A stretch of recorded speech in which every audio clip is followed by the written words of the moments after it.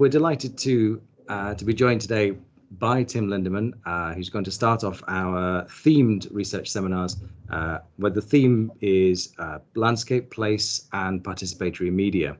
So that covers the gamut from film studies through to participatory photography. And so if you check on our Eventbrite page, you will see the range of talks that we have coming up over the next semester. There are 4 in total. Tim is going to be talking to us today about US new rural cinema, as he calls it. I don't know if that's your term, Tim, or if that's a term that's already in use, but I guess we'll hear more about that in a moment. Tim is a third-year PhD researcher and teaching assistant at the Queen Mary, University of London. He graduated from Queen Mary with an MA in film studies in 2013. And subsequently, but also seemingly before, he worked in film journalism for German magazines and newspapers, as a research assistant for the Deutsche Kinemathek in Berlin, and as a curator for the Interfilm short film festivals. Today's talk picks up on research interviews which include film geography, US independent cinema, and film genre. And the specific topic of his PhD is about this topic writ large, about landscape and poverty in the independent US cinema in the last 10 years, as what we were talking about before is landscape as kind of an interactive social concept, which is a fascinating term. I'm going to hold all questions till the end. I'm going to disappear into the ether. So Tim, if you want to start sharing your screen, and then we'll see where we are from there. Yep. 1 second, and we'll just.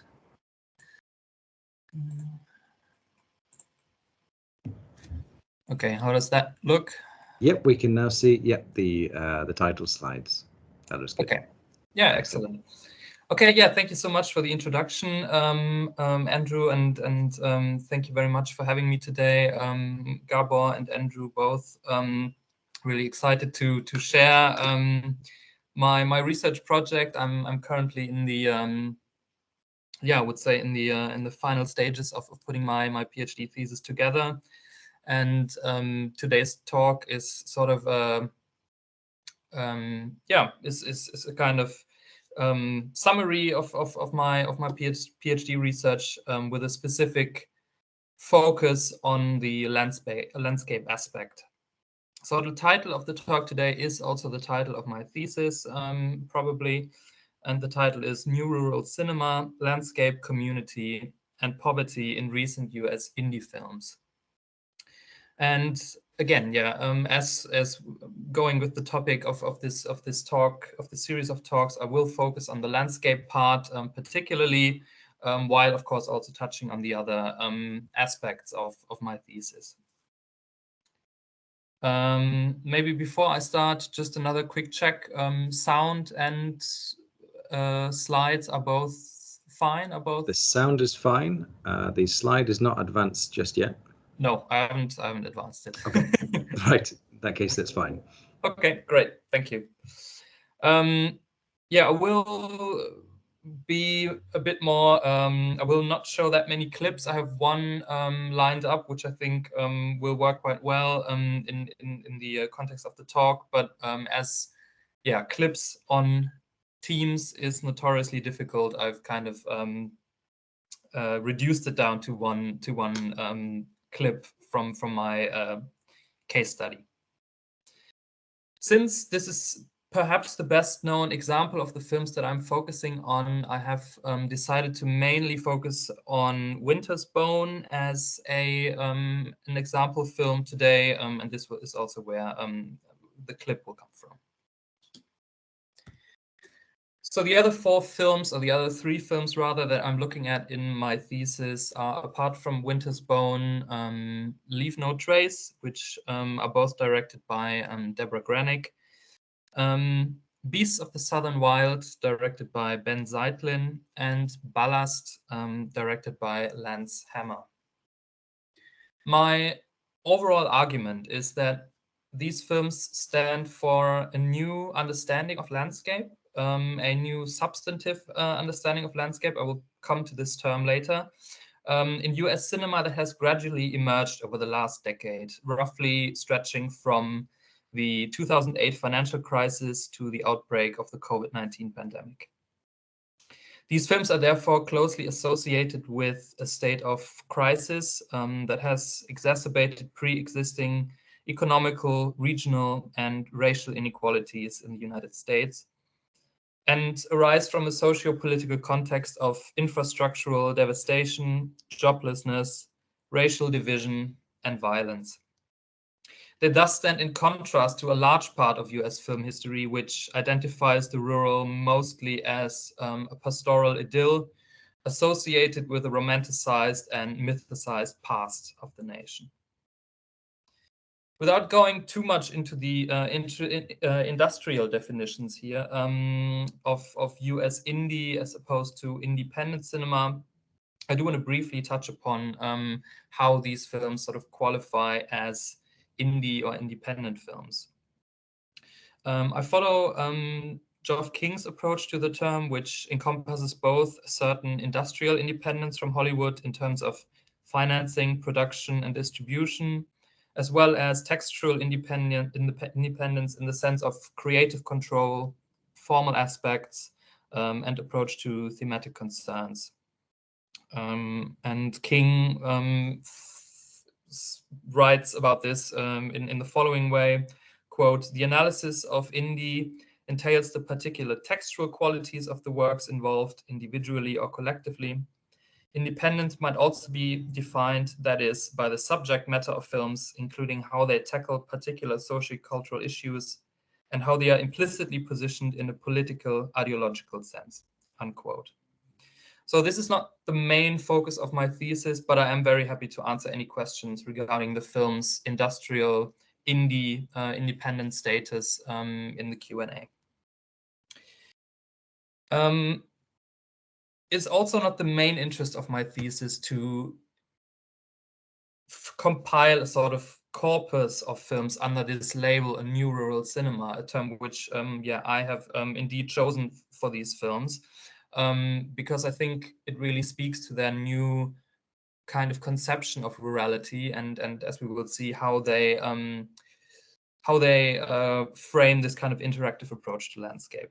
I do want to point out, however, that I do see these films as embedded in a larger trend inside US cinema and US independent cinema specifically, that follow a very similar approach to landscape, poverty, and community, and some of which I mentioned throughout my thesis, and these include George Washington and Joe, both by David Gordon Green, Songs My Brothers Taught Me, as well as Nomadland by Chloe Zhao, Certain Women and Other Films by Kelly Reichardt, and Davian by Aman Abbasi. So these are sort of films that are in the periphery of the films that I'll be looking at today, and that kind of form this, in my opinion, new approach to rural landscape in American cinema that I term new rural cinema. So as I've already suggested, I argue that these films display a new approach to landscape in US cinema, and therefore I suggest a novel analytical approach to landscape in cinema. This is based mainly on the writings of by geographer Kenneth Olwick, as well as by anthropologist Tim Ingold. In my opinion, the novelty of the film's approach lies in their interactivity, their focus on community, their foregrounding of cooperation and solidarity. Landscape is not seen as a background or scenery, but as an ever-evolving product of the bodily interaction between community and environment. Therefore, in my opinion, this calls for an approach to cinematic landscape that goes beyond the pictorial. Beyond the pictorial means beyond the understanding of landscape as mere scenery. Landscape from this interactive perspective is inherently political as well. The term is, as we shall see, inseparable from notions of community and polity, and thus instrumental in interpreting landscape as a primarily social category that carries with it the potential of countering these mechanisms of marginalization through solidarity and cooperation. My approach incorporates various geographical perspectives on landscape that I will explain in this talk in more detail and show how they relate to my core films, concretely, specifically to Winter's Bone. And these three approaches are First, a Marxist approach to landscape. As I'm concerned with poverty and class, this seemed like a sort of logical point of origin to look at landscape. And landscape here is mainly described as a way of seeing or as a veil that obscures relations of ownership, exploitation, capital, and so forth. And I mainly rely here on the writings by Don Mitchell. The second is a phenomenological approach that foregrounds dwelling in the sense of everyday activity and custom, and understands this as crucial in understanding the interactivity of landscape. And I mainly rely here on the writings by Tim Ingold and John Wiley. And finally, what I've described here as a historical approach, even though this is really quite focused on the very individual and unique approach to landscape put forward by the geographer Kenneth Alwick, who talks about the original social meaning of landscape connected to polity and custom, which he argues has gradually been supplanted by a scenic visual understanding that we mostly know today that serves both autocratic and nationalist ideologies. Okay, so I will start by going a bit into what I mean when I say Marxist approaches to landscape. A very short forward to that. Generally in geography, and this might be a very obvious thing to say, there is this dual approach to landscape. On the one hand, we have a topographic approach, and on the other hand, a cultural approach.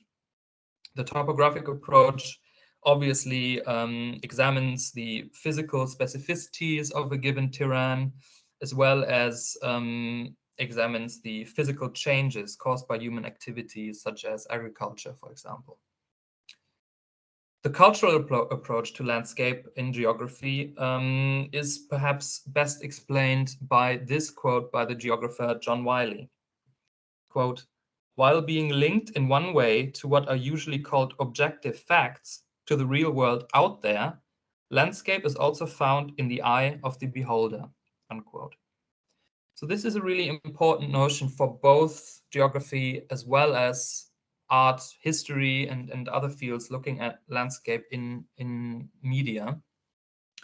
As the art historian Malcolm Andrews puts forward, for example, quote, "A landscape, cultivated or wild, is already artifice before it has become the subject of a work of art. Even when we simply look, we are already shaping and interpreting," unquote. So this is the basis for this idea of landscape as a way of seeing. And this, in extension, forms the basis for these Marxist approaches to landscapes, which gained traction in the larger field of geography in the mid-1980s. They rest upon the assumption that the mechanisms of order which form the basis of both topographical measurements and perspectival landscape art are, as Don Mitchell put it, quote, "the result and reflection of the cultural imperatives of those who make and represent the landscape," unquote. So landscape in this way is, one could say, ideology made space.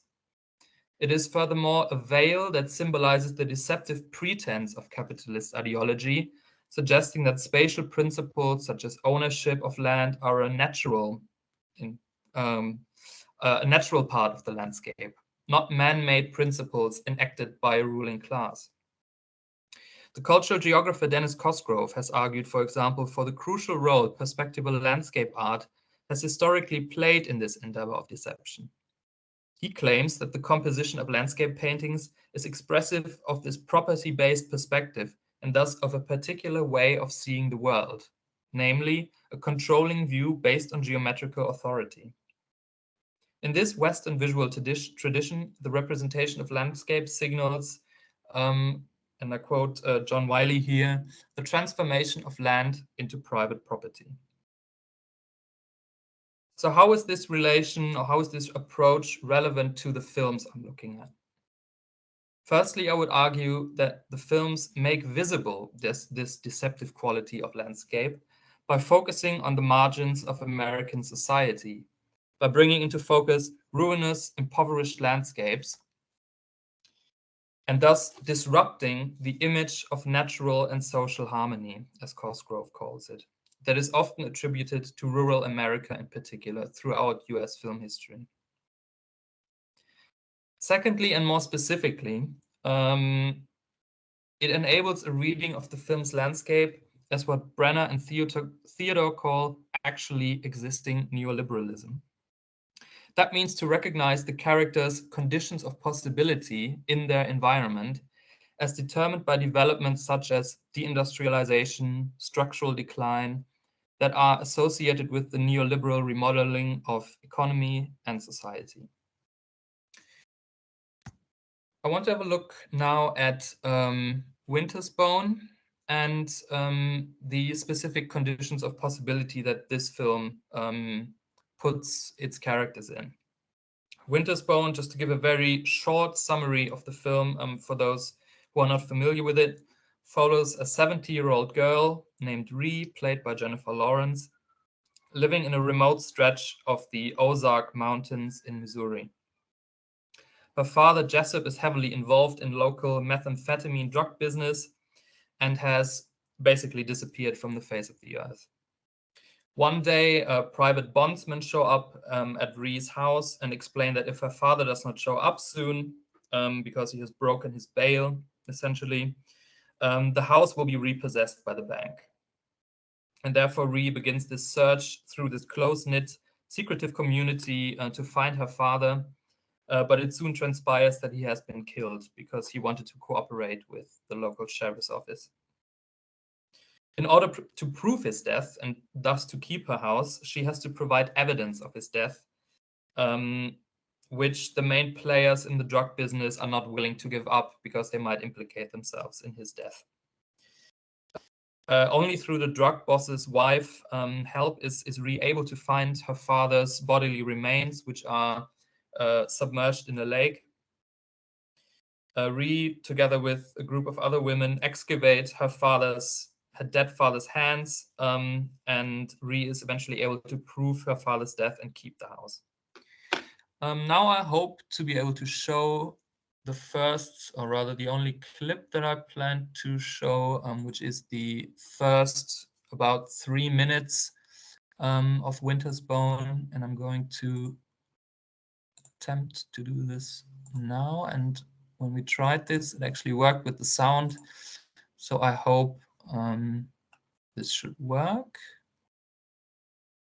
I'm going to start the clip now. It's about 3 minutes long, and as I said, it's the first minutes, the opening minutes of the film.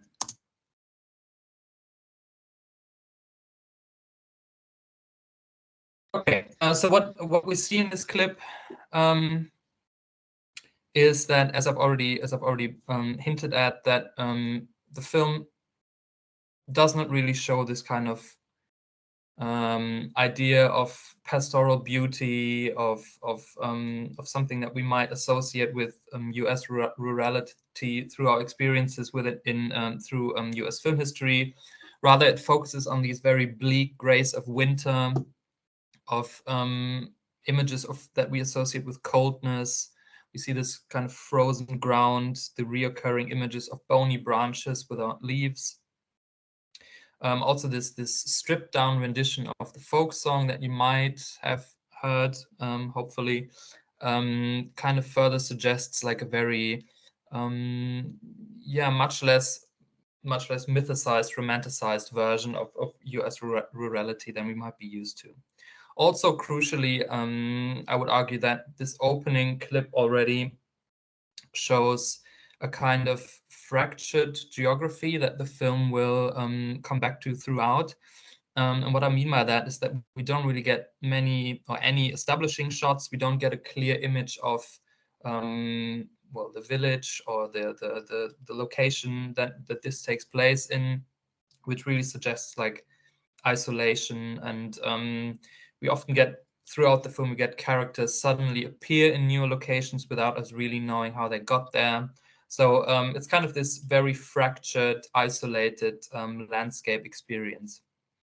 And in terms of poverty, I think the film is, on the one hand, is quite subtle in that it mainly focuses on images, as I said, that suggest coldness, that suggest poverty without focusing on let's say extreme images of hunger or something like that. But the way we see how the potato, for example, is chopped into the pan without it being peeled, all suggests already like sort of the financial situation of the characters.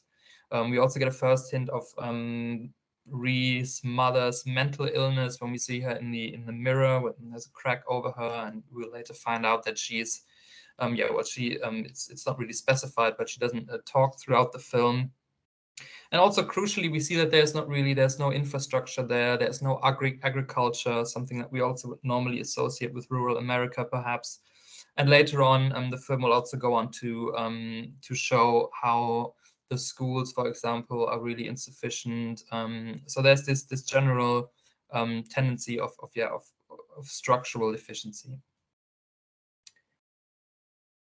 Okay, I want to move on now to my second aspect of my analysis of landscape in these films, which are phenomenological approaches.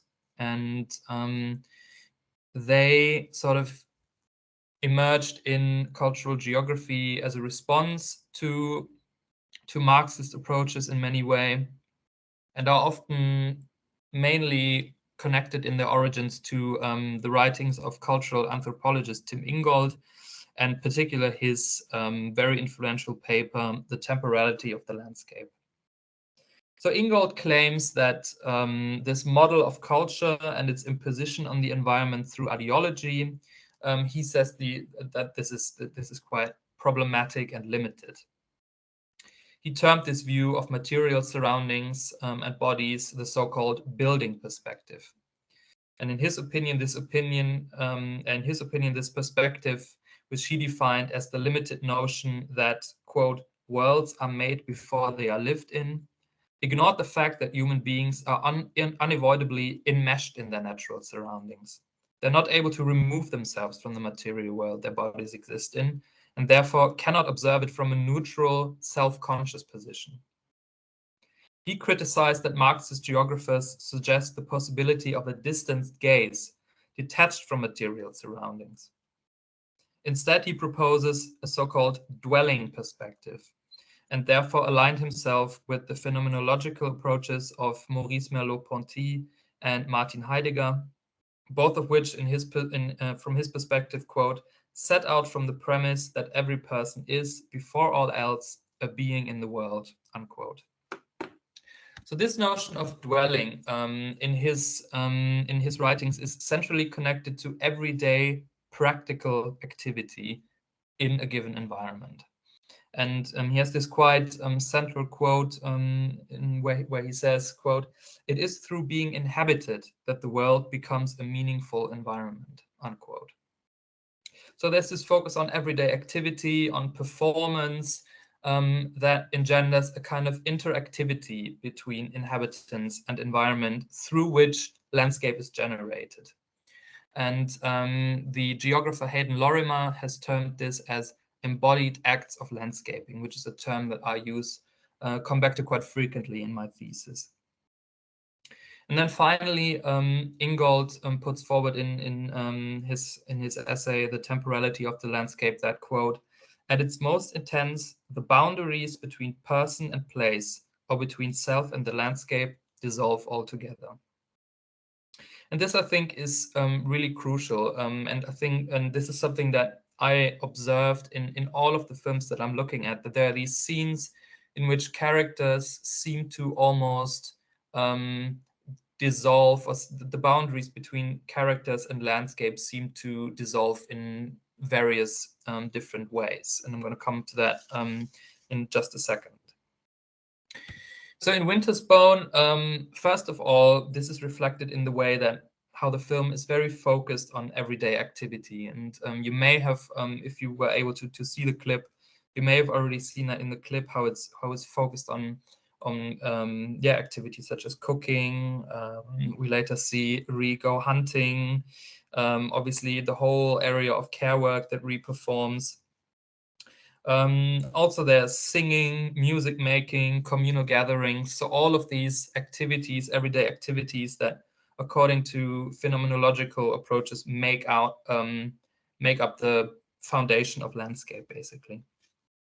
There's also a dream sequence, of which I included a photo here on this title slide, where Ree sees herself as a squirrel in the woodlands. And while we hear chainsaw sounds in the background and see smoke rising up, which kind of tells us that she is somehow in danger, I would see this as a first instance of dissolving of boundaries in the film between inhabitant and environment, in the way that Ree sees herself as this woodland creature. This is even more drastically reflected in the film's climatic scene, in which, as I've already mentioned, Ree retrieves her father's bones from a lake using a chainsaw, and she reaches into the dark water and uncovers her father's hands. So in this scene, the boundaries between bodies and surrounding environment have fully merged, and there's this very real sense of characters and environment being basically one and the same, or being in very closed, enmeshed contact. And we're going to come back to that aspect of phenomenological approaches in a bit. But first, I want to move on to the third aspect of landscape that I would say the central aspect of landscape writing that I incorporate in my thesis. And this goes back to the writings of the geographer Kenneth Olwig. And this, in his approach to landscape, I would say can be understood as almost as a synthesis of this way of seeing approach that we talked about in the beginning, and these more phenomenological approaches. And his conception of landscape is based on two presuppositions.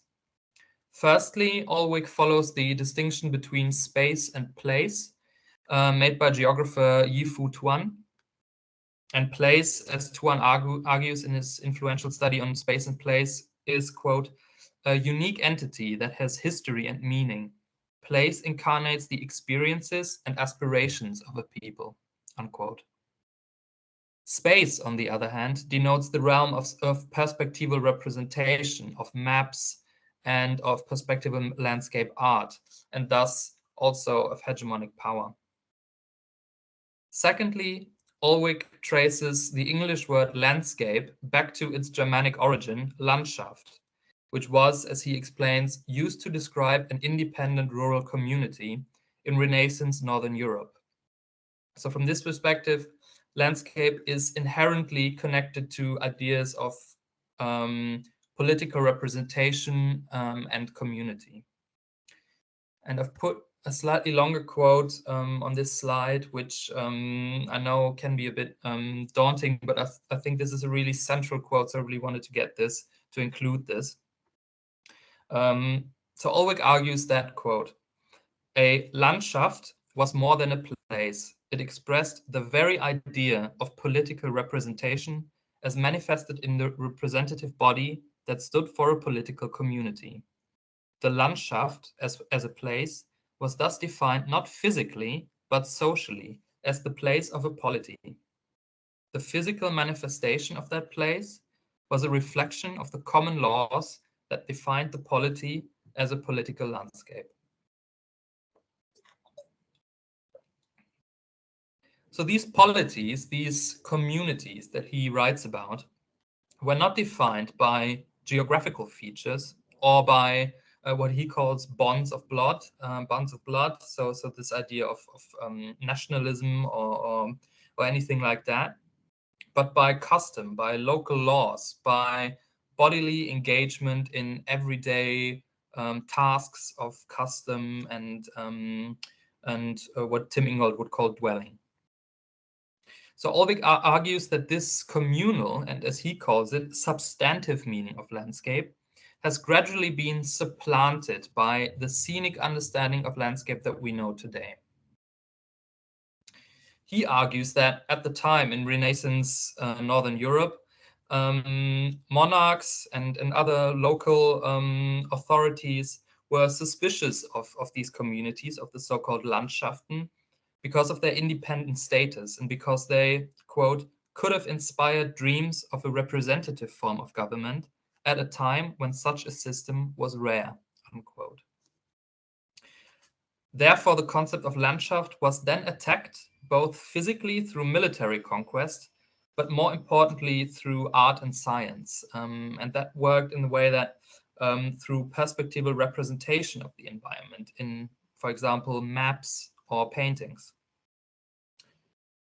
And he argues that gradually the original socio-political understanding of landscape was transformed and, as he puts it, quote, eventually emptied of its place-bound meaning and came to refer to the make-believe space of scenery, unquote.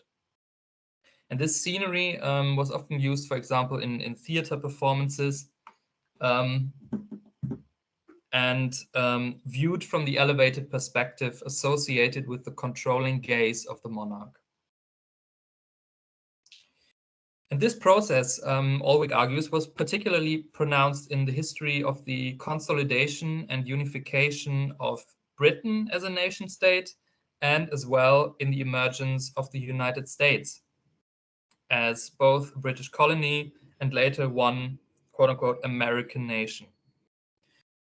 I don't have enough time here to go into that history, but I do want to stress that this is, for example, when we talk about landscape and cinema, centrally reflected in the Western genre and its propagation of the myth of the quote-unquote empty lands as grounds for imperialist conquest, as well as displacement and genocide of native people. So US American nationalist understanding of landscape is centrally based around this idea that this conquest was an act of quote-unquote taming the wilderness, not of destroying existing native polities, or as Ulrich would call them, Landschaften. And I'm very happy to talk more about this nationalistic aspect of landscape in the US in the Q&A. And perhaps this would have become a bit clearer if in relation to other films, but I wanted to focus here on Winter's Bone for its clear relation to poverty, to rural poverty. Okay, so how does Ulrich's focus on the origins of landscape as a term for an autonomous polity, how does this relate to the fictional rural communities we see in the films, and in Winter's Bone specifically?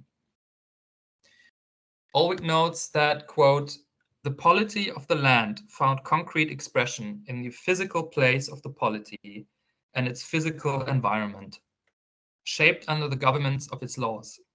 The shape of the material environment of the land reflected the conditions of the polity that formed it, unquote. So the response of imperial power, Ulrich argues, to change the physical environment from the common to the scenic, and in that process instill a new relationship between land and power. Ulrich's approach thus opens up various productive routes of investigations into the relation of communities, land or landscape, and power under neoliberalism. Firstly, Ulrich's observation that, quote, the meaning of landscape changed from common places to scenic spaces, unquote, rings particularly true in an economic era which, as we have seen, has been denoted by the usurpation of common goods, including places, and by the economization of every aspect of human life. And this is also where Ulrich, even though not concretely or outspokenly, but where this also connects to more outspoken critics of neoliberalism, such as Wendy Brown, who I will come to in a second. In Winter's Bone, in Winter's Bone, we can see this in, as I've already said, this disrupted mise-en-scène that, for example, through the absence of establishing shots, never allows the viewer to form a coherent image of the environment. So we have these like often endless stretches of country road that are cross-cut with claustrophobic interiors, or that characters often simply appear at locations.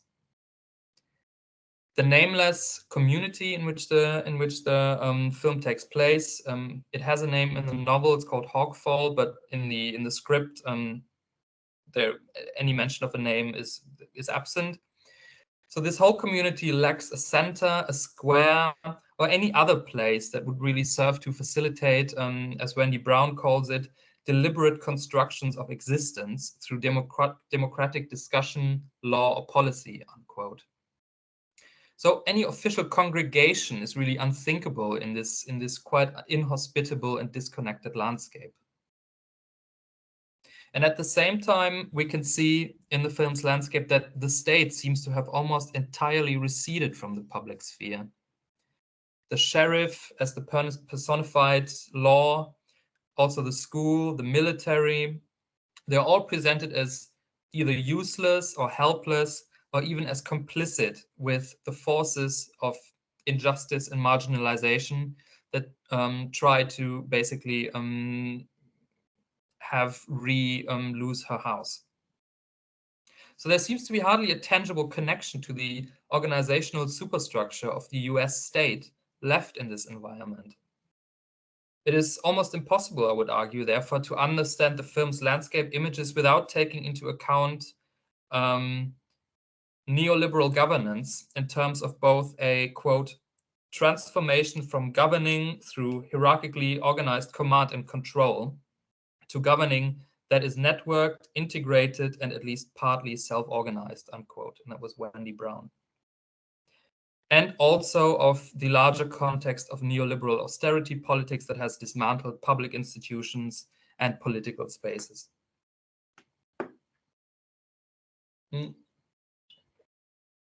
Secondly, however, I would argue, Ulrich's approach also enables an appreciation of the traces of community that are visible in the landscapes of Wintersbone and also in the other films to varying degrees. Don Mitchell, the geographer I've already mentioned, writes about Ulrich's book, quote, beneath the dream work of empire lies a very different relationship between people and their landscape, one that is never fully repressed. There is a struggle for landscape, and it is at the same time the struggle for justice, unquote. So this form of struggle, I argue, takes shape in these embodied acts of landscaping, these acts of everyday activity or communal cooperation and solidarity that are visible in all four films I'm looking at, if to varying degrees and to varying effectivity.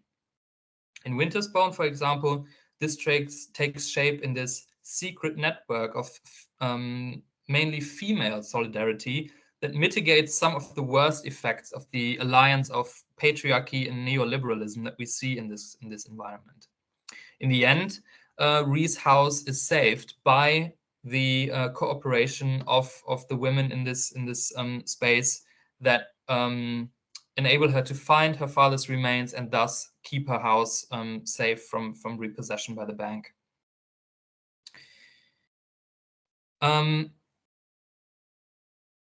Landscape understood in this way is, or let me phrase that differently.